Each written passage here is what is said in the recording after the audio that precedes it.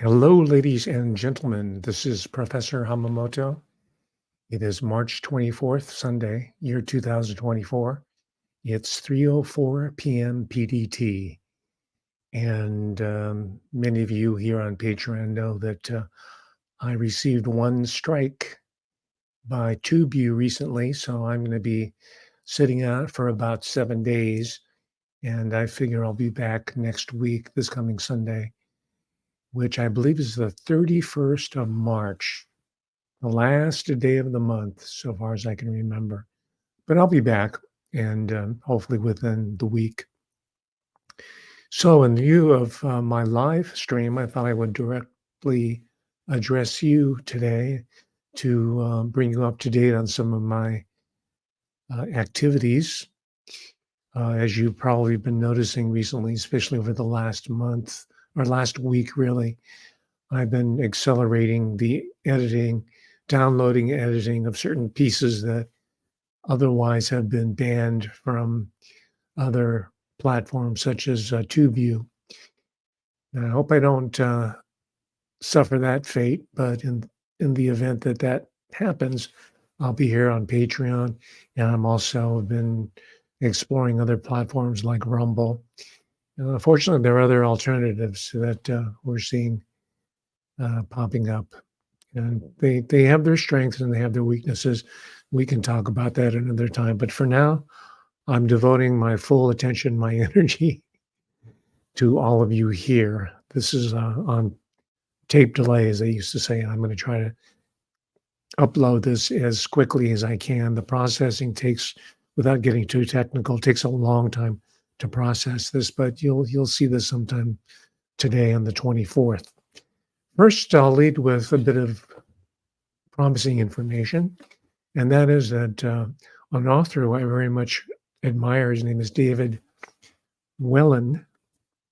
Perhaps it's pronounced Whelan, but I think it's Whelan, Whelan. This is a fairly new book. I think it was published in 2023. So, and I've reviewed it already on this channel. It's called Mind Games, The Assassination of John Lennon. This is probably one of the, I don't know, I'd say top three books on John Lennon that I've read. The other one being another assassination related book, which owes a great deal of inspiration to this book here by the British barrister, Fenton Bresler, and that was the Who Killed John Lennon. And both of these themes, they're more than themes, they're topics, they're important topics, they're central subjects where it comes to the life of not just John Lennon, the Beatles, popular music, but it pertains to the larger national security state that people by now have at least a somewhat of a familiarity with, right? And John Lennon met his fate there. And instead, we have a lot of trivia. I'm not going to go into my complaints about all the Beatles fanboys and other such characters. But anyway, I reached out to Mr. Whalen shortly after reviewing the book. I told him how much I enjoyed it, and he got back to me recently, and so I picked up the book again. And you can see I bookmarked certain sections that I'd like him, because he's agreed to be a guest. He's in Britain. There's a time gap, so it's probably not going to be a live stream. And there's another reason why I'll probably do a tape situation, because I don't want to risk a technical dropout where we're going to miss this interview, because this might be the one and only chance I get to speak with the author of this very fine book himself, person to person. I have any number of questions that I'm sure he's going to engage thoroughly, and we'll all be the beneficiaries of his incredible research skills and analytical ability. That's Mr. David Whelan. That'll come pretty soon. I can't give you an exact date on that. I'm always, thanks to your generosity with your monthly support, I'm always buying books and reading them. Some of them are excellent, some of them are middling, some of them I'm not going to bore you with. I figure if they're not exciting to me, and the audience is not going to be really that enthused as well. But I'll just give you a preview of coming attractions, 2 books in particular. But before I do that, by the way, I want to thank you for spreading the word about my TubeU channel, Professor Hamamoto. And I can't figure it out yet, but one of my classic interviews goes back 7 years. And this is before the pop-up pundits started proliferating like toadstools after a rain on TubeU. And this is before the synthetic professors started appearing, people like Jordan Peterson and the Weinstein brothers and others started appearing. I feel probably in response to this video that I did 7 years ago, and people have rediscovered it. And as a result, my subscriptions have doubled in a very short time. They went from 12,000 to 24,000. So I'm the beneficiary of the vaunted algorithm. And as a result, by the way, um, viewers are now getting into my larger playlist, and they're finding out what they've been missing for the past 3 years. I've been around on TubeU for 3 years, and if you're new to Patreon, welcome aboard. My Patreon subscriptions have also accelerated. I think I'm finally being recognized for my original contributions because I'm not a headline chaser. I'm not a sensationalist. I like to sit back and think through a lot of. I'm not saying others don't, but that's been my professional default position rather than just to mouth off a la YouTube or Twitter or whatever else. I wanted a more measured, modulated approach to understanding our society, our culture, our political economic system. And I thank you again for your support. I wouldn't be able to do this. In fact, you're seeing me at this very moment. I'm very pleased with the results on a new camera that I was able to purchase because of your support.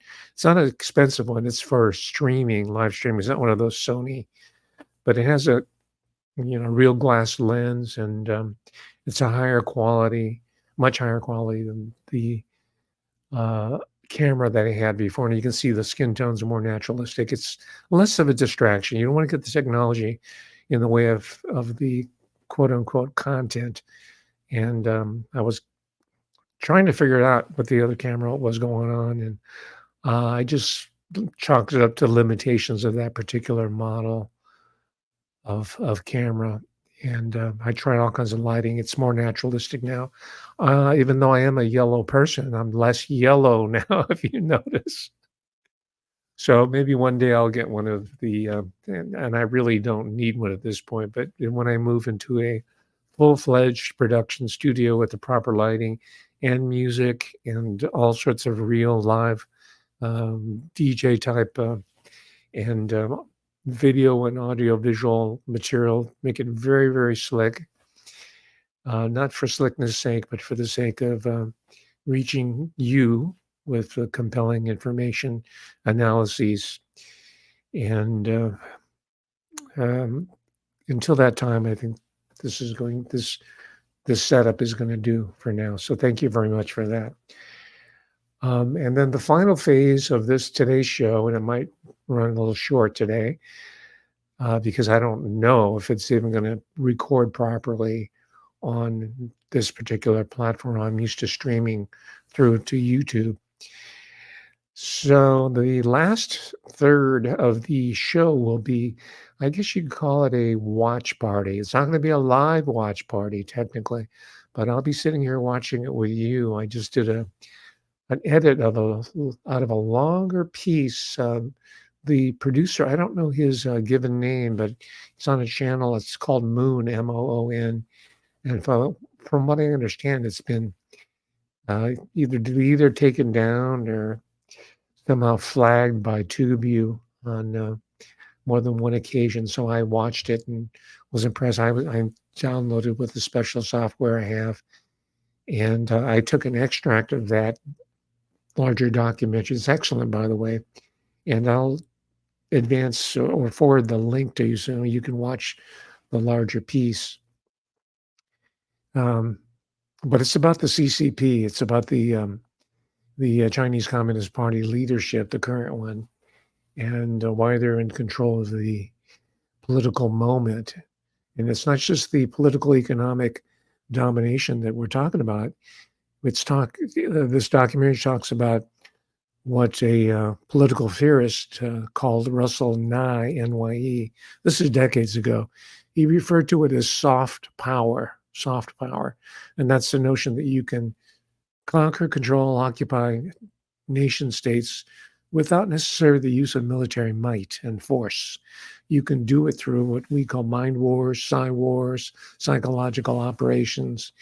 And you've seen I've recently in the last couple of days posted some observations drawn from two or three operatives who were in psychological operations. And by the way, the fact that I post them here on Patreon does not mean that I endorse their insights or observations or agree with them politically. Indeed, I think it's a dangerous tendency to rely upon people, military affiliated, current, past, or present, who are looking at the world through a military lens, right? And what is the military for? It's to blow up stuff and conquer people, and it's about death, it's destruction. I mean, very base at the very basics, right? I'm talking real now. That is their charge, and that's why they are subordinate to our civilian government. And the reason I'm telling you this is we have to not fall into the temptation that because I see certain disturbing trends taking place, and that is deferring to these experts who are former special services,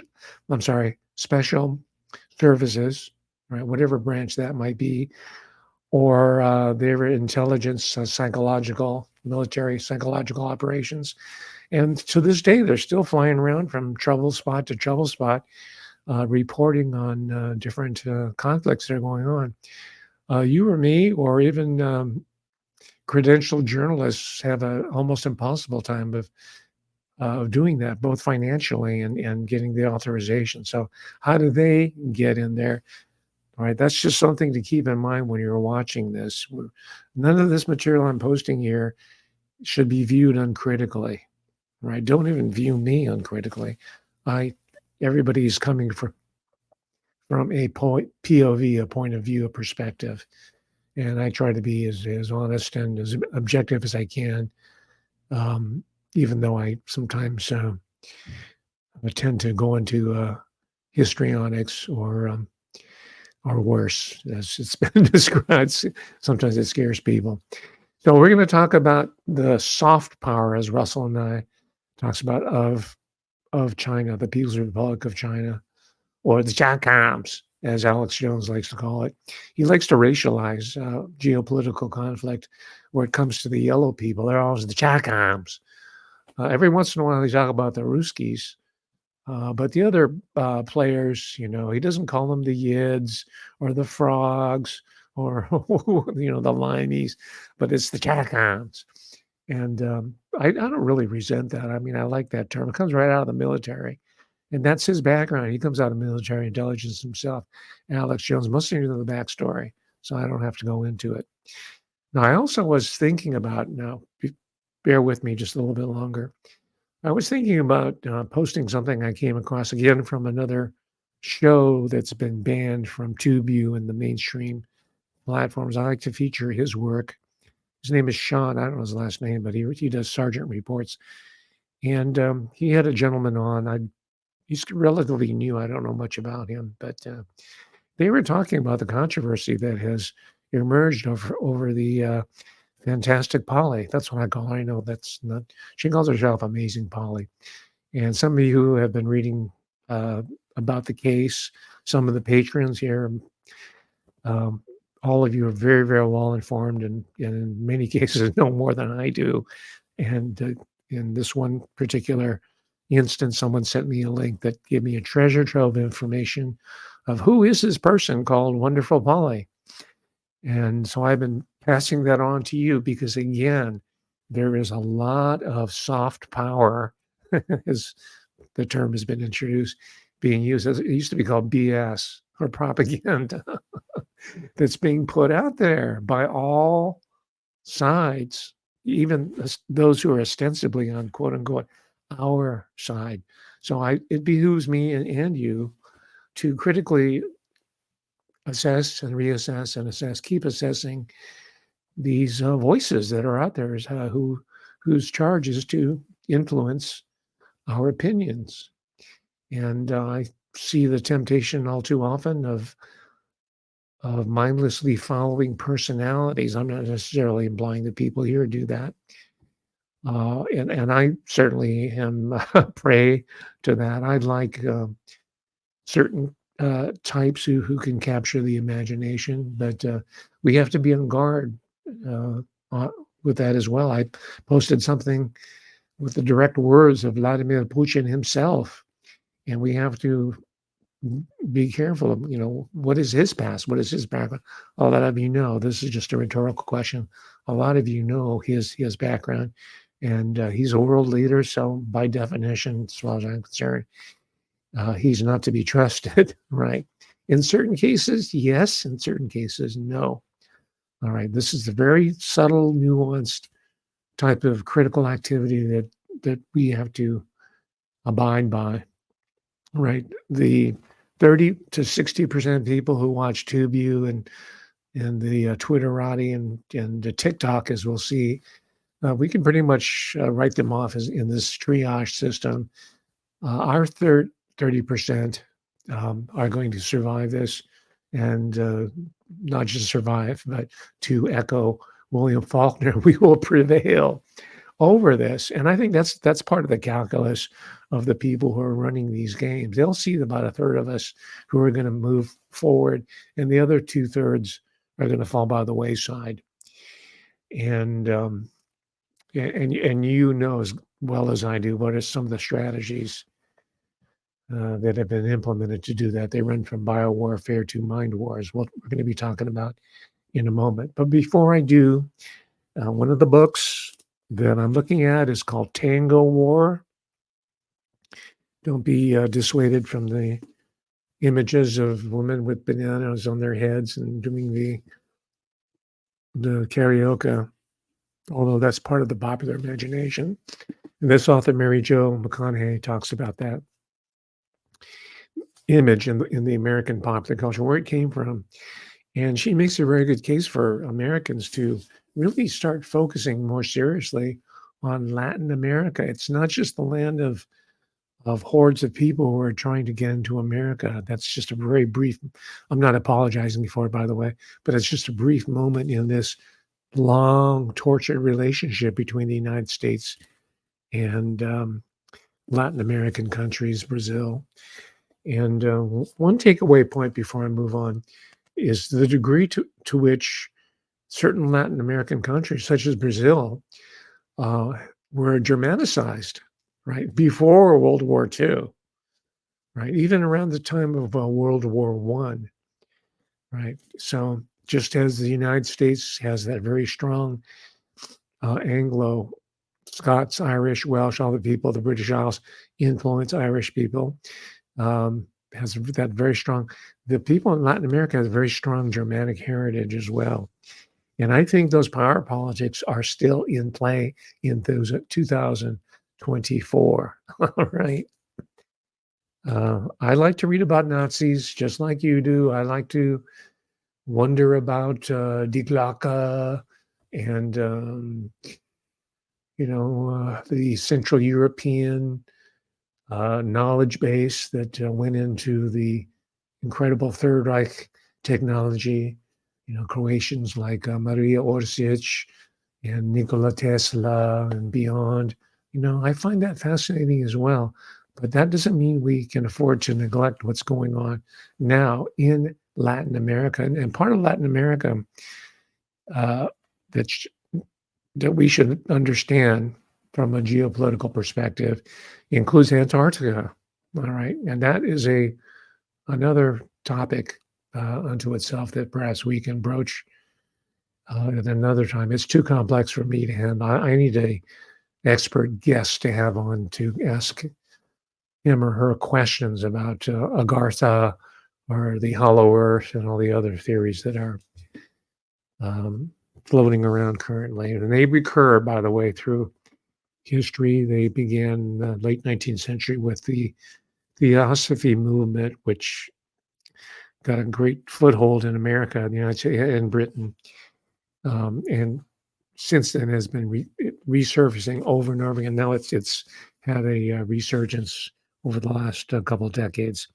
And then finally, before I talk about TikTok, I've been reading this book. It was hard to get into at first because I started at the end.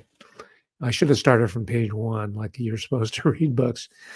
But this camera is great. It picks up all the cover art fairly well. This is not HD, by the way. It's only I think 1,000 pixels because my computer can't handle HD, and neither can my Wi-Fi. It's not Wi-Fi. I'm wired in. My internet service provider can't keep up with it. But anyway, this book is by it's an autobiography of Werner Herzog, one of my favorite directors. It's called Every Man for Himself and God Against All. It kind of gives you an idea of his outlook on life, and I found it fascinating. I'll be able to, I think, use clips drawn from TubeView, share them with you.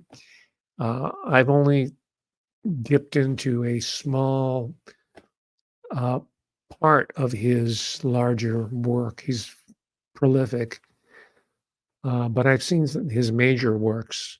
The most recent one, and he's probably done two or three since then. But the Cave of Hidden Dreams, I think is that's what it's called.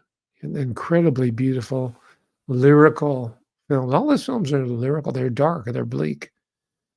And I found a really interesting fact about, we were talking about Nazis just in passing, but both of his parents were Nazis. They were, I mean, not just sympathizers, but card-carrying members of the Third Reich. And perhaps maybe he spent most of his profession trying to atone for the sins of his people. I don't know. I can psychoanalyze that too from now into forever. But and we'll do that when I talk about his work, which is very, very deep, very poetic.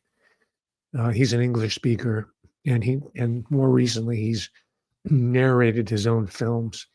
And if you've never seen his films, maybe this will be an introduction to a figure in cinema that you'll be devoted to, his vision, his aesthetic, and you'll share it with others because he is a man of peace. He may not believe in God or think that God has abandoned humanity, and he's got a very strong argument for that. But his humanism is irreproachable, right? That's where he's coming from.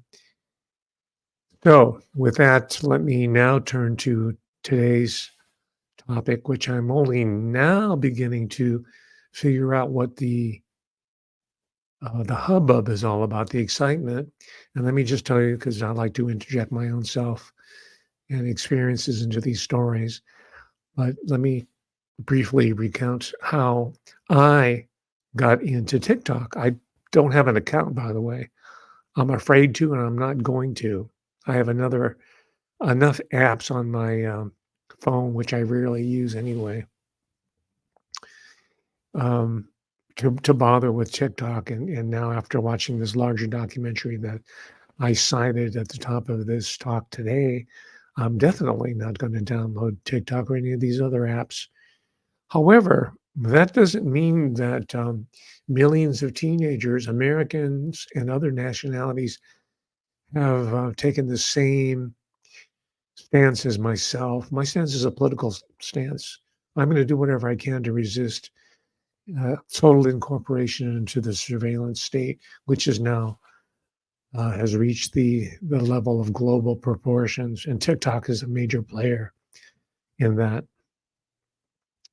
It just occurred to me too when I was watching this larger documentary that if I can digress within the digression, my first introduction to one of these major companies, Tencent, was when I went to go visit my friend and colleague, Yoichi Shimatsu, who I have an interview with him posted here. It's an audio only here on Patreon. I posted a few days ago on the Rinse site. It's Conversation with Jeff Rense. He's another original. He's one of the original people who are plagiarized and relentlessly, and is responsible for bringing any number of important guests over the years who have now been cannibalized and dispensed with. Right? That's the whole YouTube TikTok model. It's ephemeral. But I first heard about Tencent. It's Tencent in English through Yoichi, who was running a media company in China. And this is in Nanjing, right? The site of the massacre perpetrated by Japanese imperial forces during Taiheiyo Senso, the Greater Pacific War, as they call it. We know it as World War II, and the Chinese know it as the war against Japanese aggression.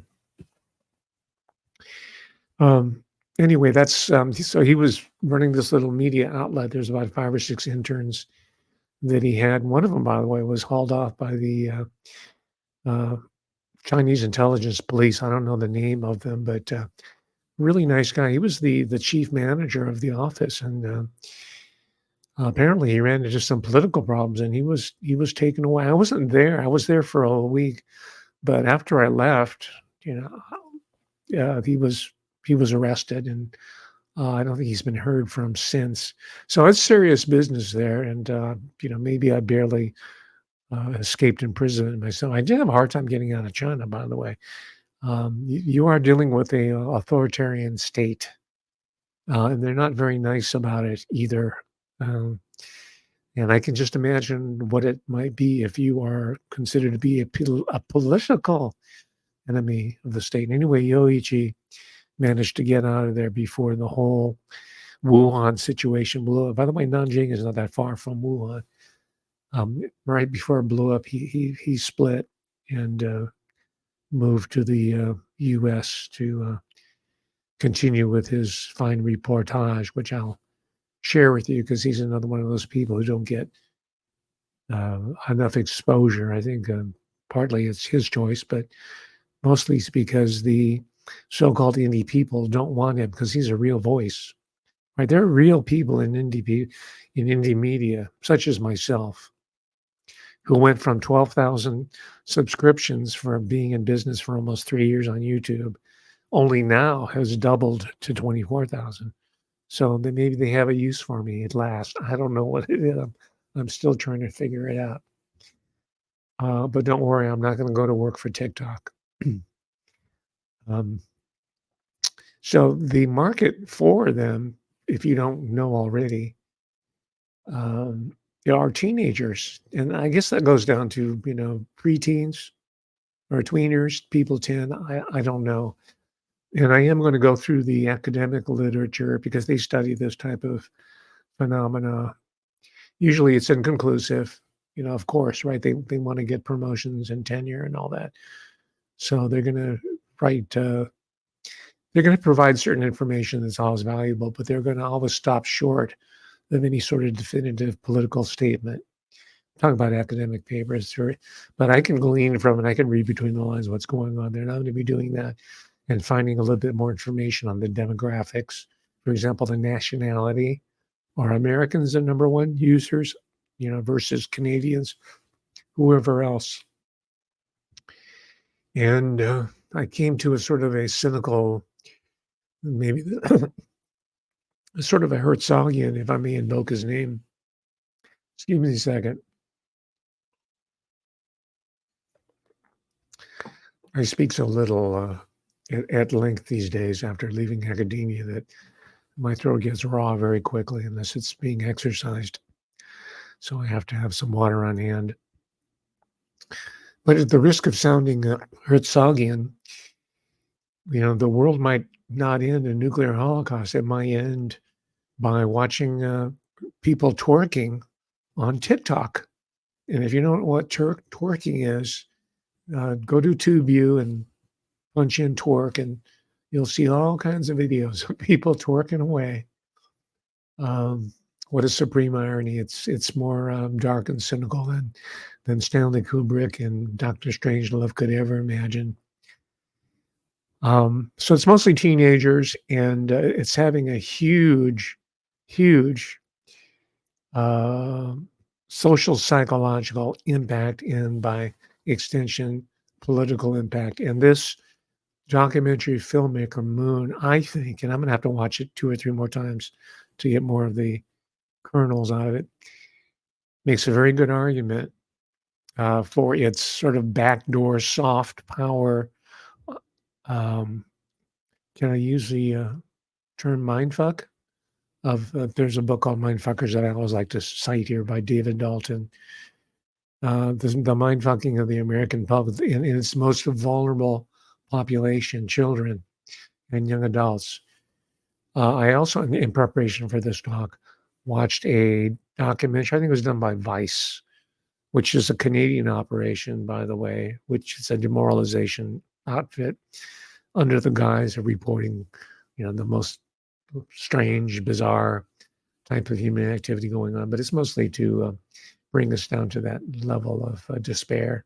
It's a Canadian Five Eyes operation founded by Gavin McInnes, who kind of disappeared after he spent a few years getting the Alex Jones crowd all riled up with the Proud Boys. He was one of the founders of the Proud Boys. Sounds like a gay organization to me, but he was one of the founders, and then he disappeared. He's not an American, by the way. He's not. Amazing Polly is not an American. It's not that I have anything against Canadians per se, but you have to get over the idea that there's all these nice nations there who speak English, Five Eyes, Australia, New Zealand, and Britain, who are necessarily our friends, right? And they themselves like to say, we don't have friends, we don't have alliances, we have interests. That's a mature way of looking at world politics, and that's why they have these Canadian bases, because without giving themselves away too often, every once in a while they'll say a boot or about. It's kind of their Scottish carryover or certain telltale linguistic traces. They can pass as American. Here I am. I'm a third generation American, and I can't pass. I have little old ladies coming up to me, says, "How do you say good night in your language?" Well, my language is English. How do you like that, lady? You die, GI. I know you grew up watching those movies, but I'm third generation American. And so there's another layer of resentment that I have towards Fantastic Polly, the intelligence asset. That's not me saying that. Um, it's what is out there. It's been established by other journalists who are more resourceful and who actually care more than I do, because they're the ones who are being slandered. I'm not big enough to be trolled by Amazing Polly, and that's good. Maybe it's better to operate in obscurity like I do. I've made my contributions in publishing and writing and in lecturing. I have a track record. I don't really need to promote myself any more than I have in my long, illustrious career at the University of California, Davis campus. I've done it. I'm doing this because I continue to research and I relish the opportunity to speak before intelligent, informed, mature people who are not playing with their telephones while I'm lecturing. I was running into that problem in the classroom towards the end of my run, my decades long. I had to compete with the students who had their cell phones on all the time. Now, one time I chastised this one kid who was looking at it, and I said, "So you listen to me. I'm lecturing here. I have some important information to impart to you." But I was embarrassed because what he was doing was looking in real time all the different terms that I was lecturing about. And sure enough, every once in a while I would see that I go, "Woo!" Like, "Oh, it's real. He's not just bugging out the professor. It's real." So after that experience, I eased up on the use of cell phones. Um, and even those replaced computers. Before it was all laptops, and then the so-called smartphones took over. So I eased up on that because it's a tool that can be used for good as well. But if you're 12, 13 years old and you hope to make a career, like I said, I was watching this documentary by Vice. In doing it, just realize it's going to be short lived, and uh, understand that you're being played as well. That's like trying to tell someone who's about ready to embark on a career of smoking vapes and opioids, not to do drugs, right? So I hope I don't come off like that as a moralist, because no one listens to moralists. Um, Maybe in another talk, I'll take an excerpt of that documentary and find out, or share with you some of my findings. And guess what? I found out it was a black lady who runs 6 houses where she brings young people in.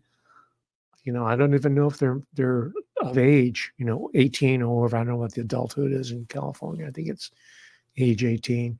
She brings them. She has 6 different houses in the LA area, and they do nothing but create content for TikTok, right? And she's on camera and she talks. She went to the University of Pennsylvania, right? I think she said she has an MBA. She's probably from Wharton. And I gave a talk on Jolo, the billion-dollar whale. He went to Wharton. So those are her roots, right? University of Pennsylvania, Wharton, they've got an intelligence connection right there, you see. So when you talk about TikTok, you're just dealing with the tip of the iceberg, right? And I'm just now embarking on it myself. I'm sharing with you some of my preliminary findings. So let's take a look at this. Is about a 10-minute piece. I'm going to take myself off camera, but I'll be watching with you this little excerpt on from this larger documentary that I mentioned before about the soft power. I won't say its potential. I think the potential has been realized in just a few short years, but its political efficacy in conquering the American mentality. How we are going to overcome this, I don't know yet, because the same people who brought in all these technologies like Spotify and AI music and all that, they've cut off a lot of avenues for young people to express themselves, right? So I'm not blaming young people to sell, but they've got their sports taken away from them. They've had their music taken away from them. They can't play out anymore because of the lockdowns, and a certain few select potheads have been put in charge of the lower echelon aspiring talent coming on. Right, they're featured on these shows. I can't, Cribs, or what. I don't think it's called Cribs, but they're of the African American extraction. But such old hands as Snoop Dogg, he lives out in Claremont, California, of all places. That's a long way from the hood. He come from the LBC, where I used to live, LBC, Long Beach City, right, which is Los Angeles County. It's south of Los Angeles.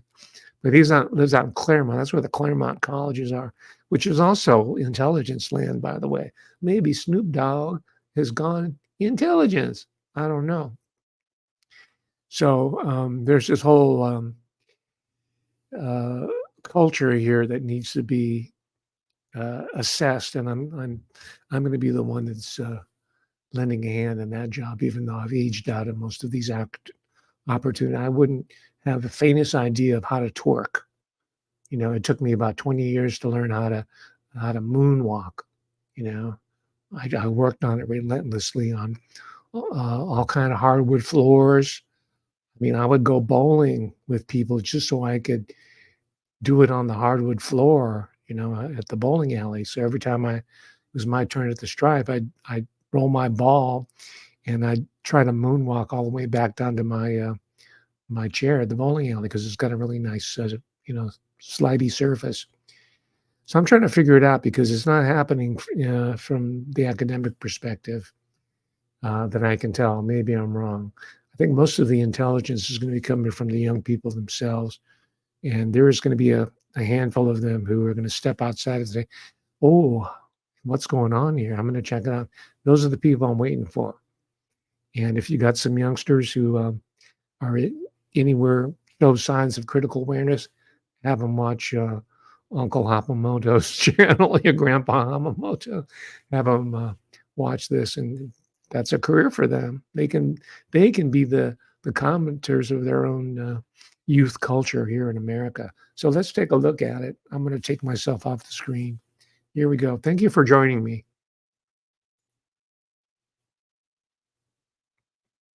They needed a new platform, which they could manipulate and twist to whatever purpose they liked, something which younger generations would buy into and get all of their information from. If the CCP was in control of such an app, it would give them a backdoor into billions of phones and devices around the world. They'd be able to subtly alter the opinions and worldviews of its users. They could even spread their own propaganda and messages, undermining the social fabric of foreign nations, all while strengthening their own people. And the answer came in 2016 in the form of a fast-growing social media app called Douyin in China, created by another CCP-owned tech company called ByteDance. Improving on what made Vine so popular in the mid-2010s, Douyin gave users a platform to create, edit, and share short-form videos. It was a formula that had worked in another Chinese app called Musical.ly, which had crossed the Pacific and found an audience in the US, especially when all these Vine stars like Jay Paul and Logan Paul were taking off. Musical.ly had an incredibly simplistic and intuitive user interface design, combined with an advanced algorithm that drew people in and rarely lost their attention. But back at home, and Douyin was growing rapidly, and this time it would be better, more controlled, and more addictive than anything anyone had ever seen before. And so in just a year after creating it, ByteDance had grown Douyin's user base from nothing to 100 million users. But how did they do it? Douyin's growth in China had been pushed to new heights by a specific marketing scheme focused on young girls and women. These users were encouraged to post videos lip-syncing and dancing along to popular songs. It was the creation of a whole new genre of addictive online videos. They were full of energy, drawing people in with attractive people dancing to pop music, all enhanced with flashy editing. It was perfect for targeting a very young audience. But what began as fun, innocent videos soon turned into a competition over looks and status. The best looking and most skilled dancers were the ones who got picked up by the algorithm, turning these random people into stars overnight. Word spread and millions were trying their hand at instant success and fame online. You could just upload a few videos and in a matter of months be a megastar. Soon all these names popped up. It wasn't long before the CCP realized the potential of this and how it could take over the international market and be a true competitor to Silicon Valley-owned social media companies. While the CCP wasn't too keen on its effects on young people in China, they did see how effective it was in controlling them. Even in a far more restricted culture than the West, the app was incredibly fast spreading. If the Chinese people were this enthralled with the app, then what would be the effect on a far less socially conservative audience by Westerners? Well, by the end of 2017, the CCP was eager to find out.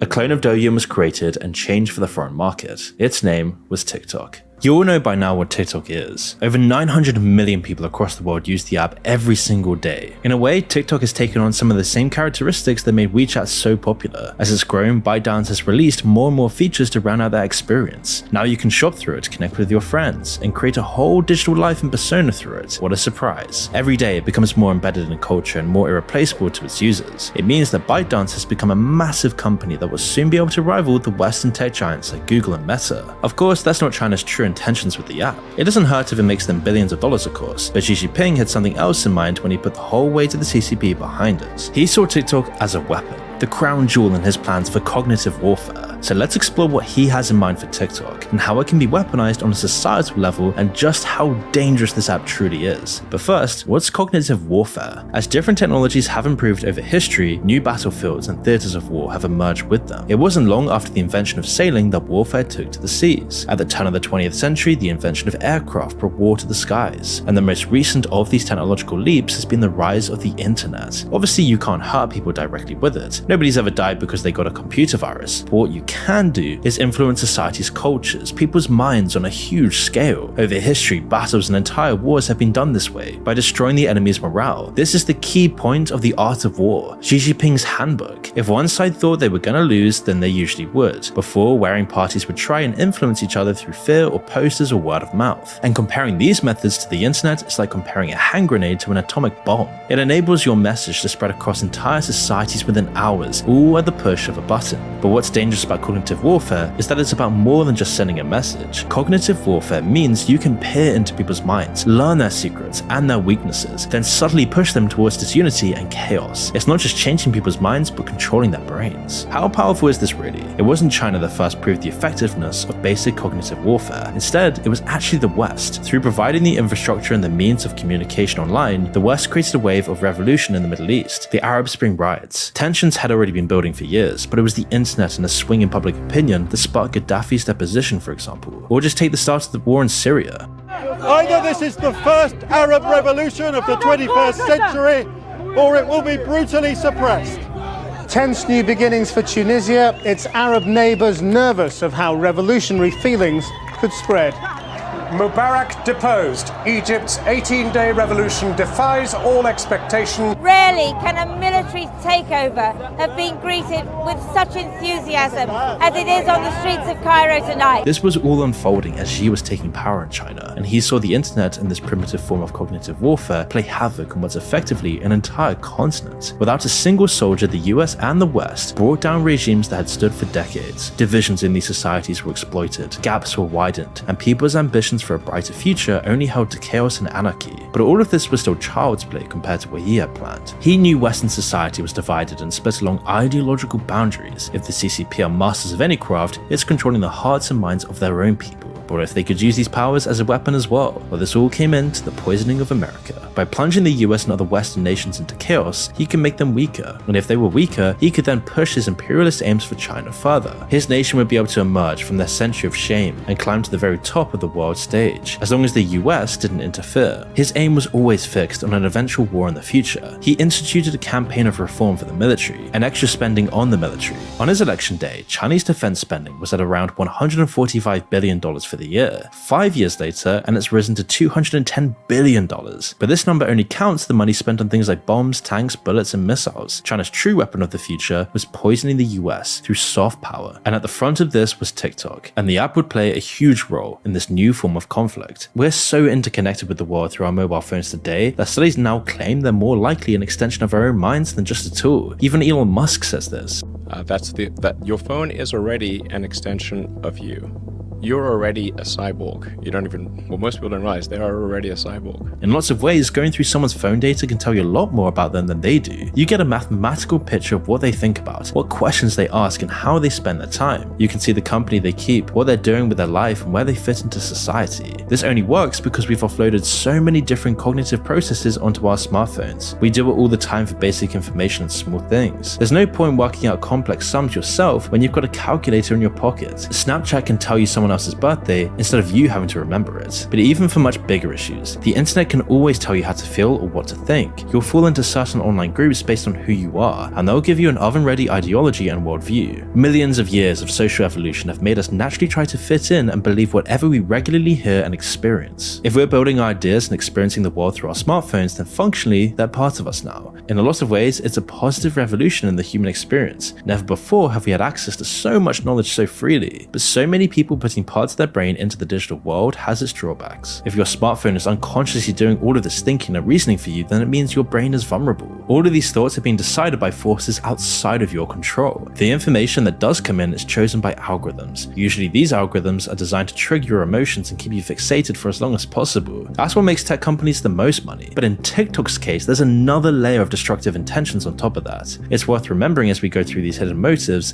that TikTok is the #1 platform used by the next generation. 2/3 of teenagers use it, and probably far more than this, and even that proportion is still growing. They're also the generation that offloads the largest part of their brain online. It makes it the most influential social media site on what the future will look like. And some of what makes TikTok so destructive as a weapon is a byproduct of how it's structured to increase retention. After billions of dollars and decades spent on research, social media companies have found that information is the most addictive when it's delivered in short bursts. Short videos with simple messages and themes that don't outstay their welcome are what's best for of this. It means that people using TikTok are bombarded with tons of different ideas and messages, all mashed up into one chaotic scroll session. If your algorithm repeats certain messages over and over again, they'll begin to unconsciously sink in and worm their way into people's worldviews. This is helped along by the way all of these different messages and pieces of information overload your brain. TikTok's particular tendency to do this is completely intentional. While scrolling, people might see 5 different posts all advertising different problems of democracies and Western nations. They'll be about homelessness or drug use or corruption or any other controversial or embarrassing topic. This is the first phase of this kind of warfare. The more divided and just awful TikTok can make the West seem, the better. People will subconsciously carry all of these negative views of the world inside of them, and it will change how they actually experience life.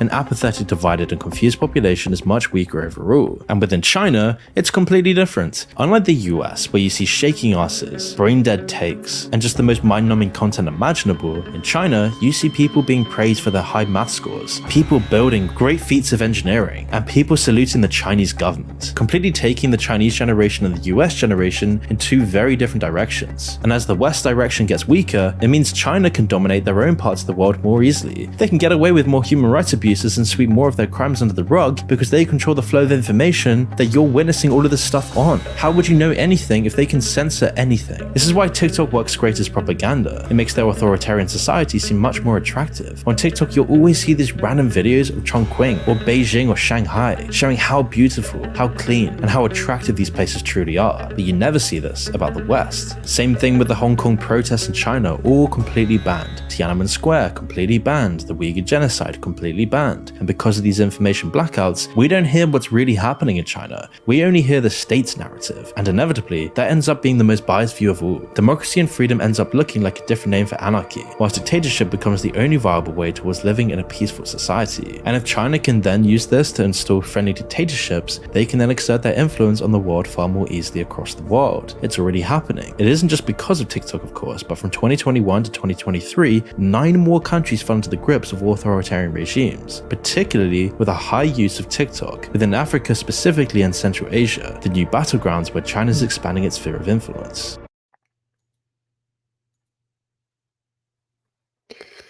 Well, a truncated version, yes, and I'm sure the author of this, the directors, the producers, have their own axe to grind, but that's for us to critically assess it. But I think overall the argument is a compelling one. It's definitely something that we civilians use that in a derisive fashion because that's how the military refers to you as, and they're just champing at the bit, wanting to take over. That is NATO, not necessarily U.S.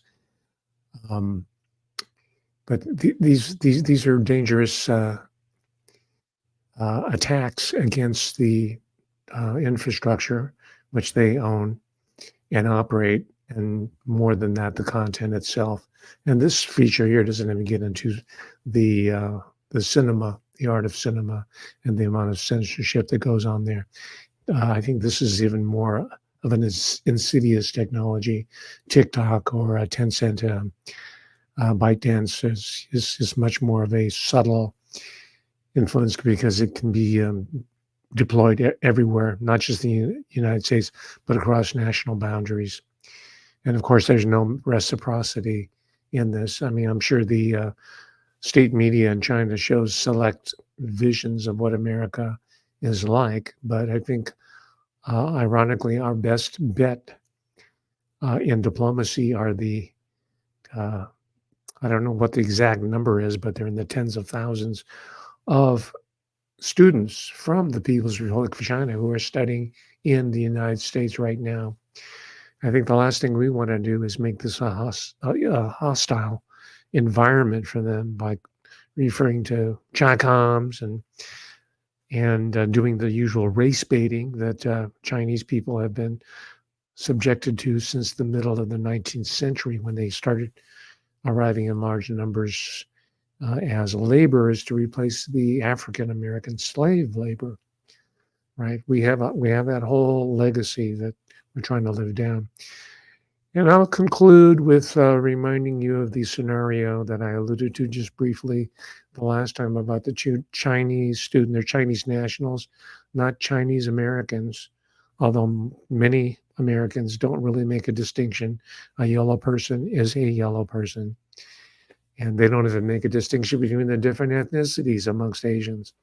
But two Chinese citizens who were traveling after graduating from the University of Illinois, which, by the way, is famed for its innovation in computer science, going back to the early days of the internet. I think the first internet communication, computer to computer terminal was between the University of Illinois and UCLA, if I'm recalling the story correctly. But it's a powerhouse.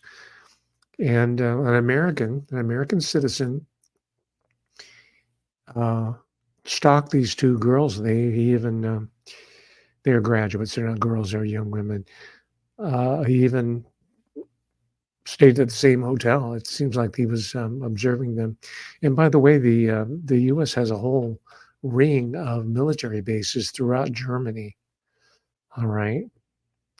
The denazification didn't end, and that mantle, to a large extent, was inherited by the United States. But they have a whole ring of mind control operations throughout the entire country. And that includes, I'm thinking that this person might have been one such graduate of a program that people like Ted Kaczynski and Ted Bundy and when they first started appearing, I just thought they were serial killers. But as it turns out, and I give a talk on Chaos by Tom O'Neill, Operation Chaos, even crimes like the so-called Manson family have an intelligence connection here, right? They're not just crimes qua crime, but they have an intelligence, mind-controlled MK Ultra connection here. Maybe these so-called smartphones will be able to trigger, individual or mass action, just like they did at the so-called color revolutions. I don't know if you remember, but the very first color revolution, there was an employee by the name of Wael Ghonim, an employee of Google right here in Silicon Valley. He just kind of slunk away after, all the cell phone communications helped to foment and deliver the revolution that these people were trying to, intelligence people, I imagine, we're trying to put into motion. Wael, W-A-E-L, Ghonim, I think his name is, G-O-N-I-M. And he won an award, some sort of Medal of Freedom award. And I think that is probably going on a routine basis today. All right. That was proof of concept. What we're seeing now in the civilian TikTok world is the larger weaponization of this whole infrastructure and its parallel attendant superstructure. So ponder this, if you will. I don't have any solutions. I myself have opted out of the system, but I'm not a teenager. 2/3 of teenagers are involved, according to this documentary. I think the awareness, the realization will have to come from the young people themselves. How that's going to happen, I don't know, because parental authority has been undermined. Church has been, for the most part, taken out of any type of civil institutional life, right? Schools, even private life, right? The opiate of the masses is not religion, like Karl Marx and his capitalist collaborator Engels had it, right? Engels comes from a factory family. Get it into your head. Communism is a product of capitalism that was trying to create its own opposition, and that's true today. What we're seeing here, but religion is no longer the opiate of the masses. TikTok is the opiate of the asses. And with that, ladies and gentlemen, that's my time. I'm going to end our quality time together, our little watch party, and wish you well until next week. I'll be working away in the next projects, and having some more special Patreon only goodies for you posted here regularly. All right. Thanks again for spending your time with me, and feel free to comment below. All right. Your engagement is important to me. All right. Thank you very much. We'll see you next week, God willing. Peace.